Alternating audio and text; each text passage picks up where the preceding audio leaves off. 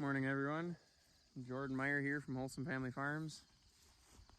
Doing another steer drive, well not a drive, steer move this morning.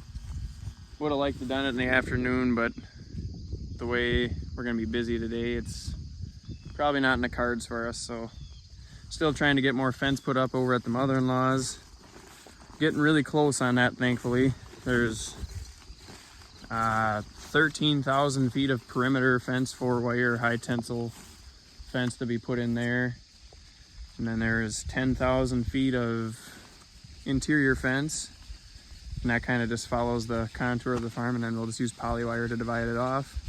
Then we got water line running underneath all 10,000 of them feet too, with a quick coupler every 300 feet, so it'll be pretty nice moving cattle over there and very simplified.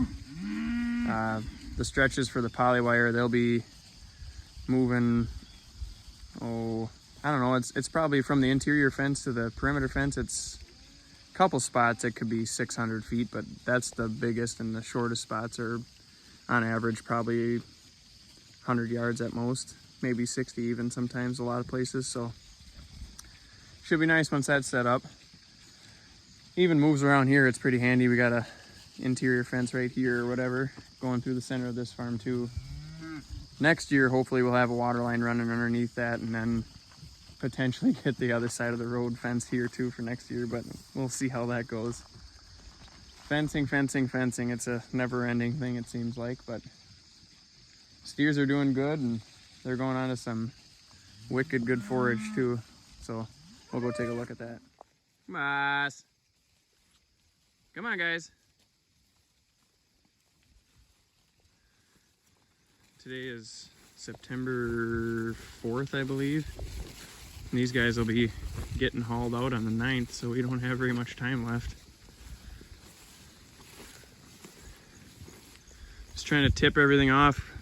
This 81 head here is going to be going on,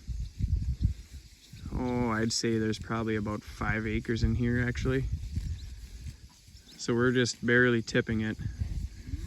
Keeping them stuffed, and we're gonna leave the rest of our grass for stockpile to be able to grow back really quick for the winter time, so that's the plan there.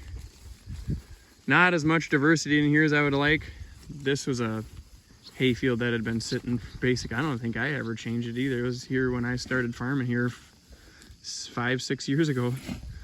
So when I first started grazing the cows, it was just yellow grass, and now we're actually starting to see a little bit more green in a lot of places, and you can tell. See that little circle right here? Them are all spots where the cows had done their duties and laid the fertilizer down, and with higher density earlier in the season and stuff, you can get them concentrating their manure and more hoof impact and everything a lot better. And it's just building and building and building on this farm, and it's really paying off. Awesome to see. Steers are looking really nice too.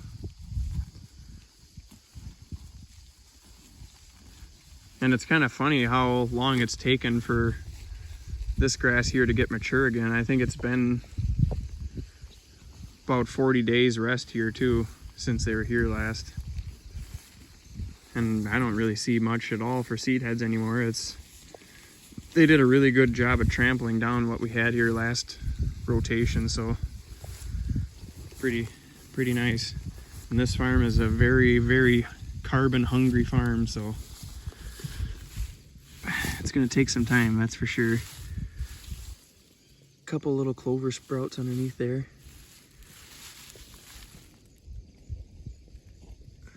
A few earthworm castings.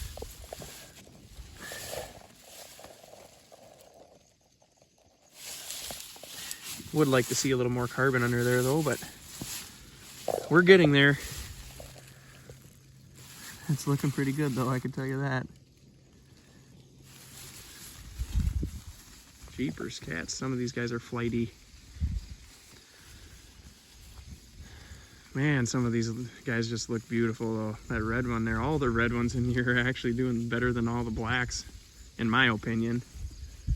They're all just stout, big gutted, look to be easy fleshing.